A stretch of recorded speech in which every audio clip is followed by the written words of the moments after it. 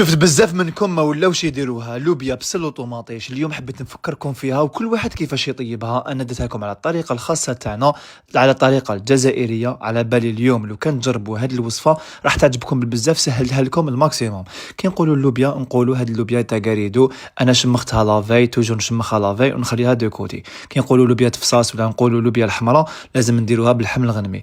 انا حكم في كوكوطه تاعي جمغارف كبار تاع السمن مع جمغارف تاع زيت، خليتهم يسخنوا. بصل ديت حبه كبيره قسمتها اون لامير كيما راكم تشوفوا، خليتهم يتقلاو. درت لهم اللحم الغنمي تاعي، تحبوا من الكتف ولا تحبوا من الجيكو، ملح فلفل كحل عكري، خليتهم يتقلاو. درت لهم جوج حبات طوماطيش يكونوا حموره مقطعه مكعبات صغار.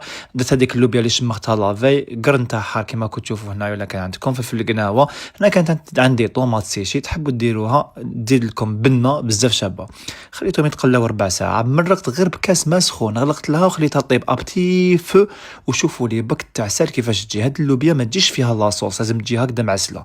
جربوها ورجعوا لي الخبر، بزاف بنينه. الي